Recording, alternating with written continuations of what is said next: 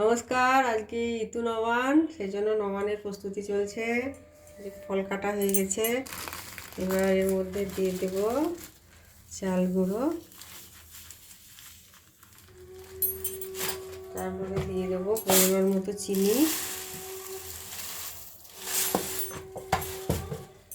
আর এই যে দুধের ক্ষীর তৈরি করা রয়েছে, এটা দিয়ে দেবো।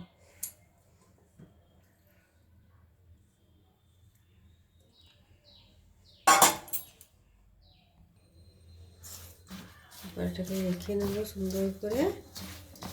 এর মধ্যে মাখানো হয়ে গেছে, জলের দরকার হয়নি, জলের প্রয়োজন হলে দিতে হবে। সামান্য জল দিয়ে দিলাম, সুন্দর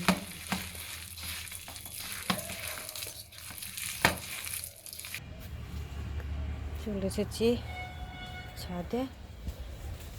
পুজোর সরঞ্জাম রেডি হয়ে গেছে, নৈবেদ্য রেডি হয়ে গেল, ঠাকুরের নামিয়ে দিলাম। এখানে 5 ফল কাটা রয়েছে, আতপ চাল, মিষ্টি, ফট, ধূপ, ধান গুড়বা, বেলপাতা সমস্ত রেডি। এবার পুজো শুরু করবো। পুজোর সামগ্রী হাতের কাছে নিয়ে নিয়েছি, এবার একটু পুজো শুরু করবো। প্রথমেই এখানে গঙ্গা মাটি দিয়ে দেব,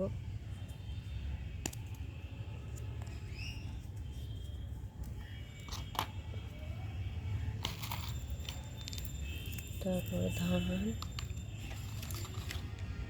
কয়েকটা দুর্বা,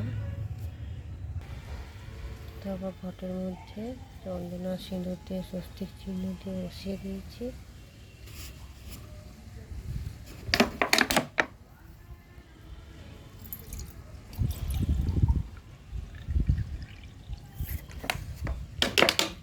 গঙ্গা জল ভরে নিয়েছি, তাতে দিয়ে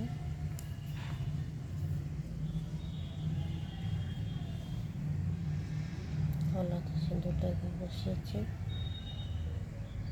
তারপরে কলমি শাক, শুশনি শাক, সর্ষে ফুল, মূলোর ফুল, এইসব ধানের গায়ে এসব গোল করে বড় মতো করে চারিদিকে দিতে হয়।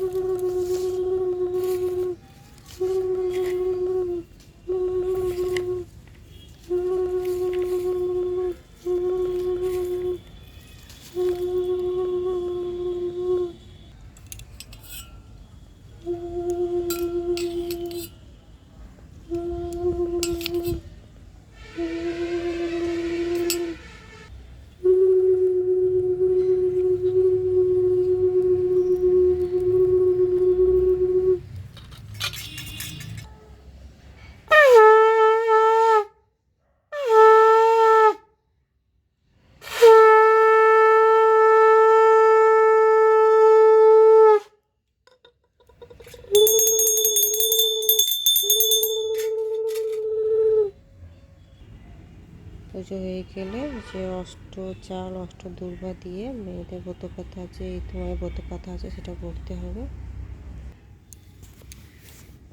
অষ্ট চাল, অষ্ট দুর্বা কলসপত্রে ধুয়ে শোনো সবে ইতুর কথা, ভক্তিযুক্ত হয়ে ইতু দেন বর, ধনধান্যে পুত্র পৌত্রে ভরে উঠুক ঘর। ইতুমায় ব্রত কথা শুনে পূজা সমাপন করলাম। তো আমরা এইভাবে ইতু পুজো করে থাকি। আপনারা কেমনভাবে করেন অবশ্যই জানাবেন। আবারও দেখা হবে অন্য কোনো ভিডিওতে। নমস্কার, ভালো থাকবেন।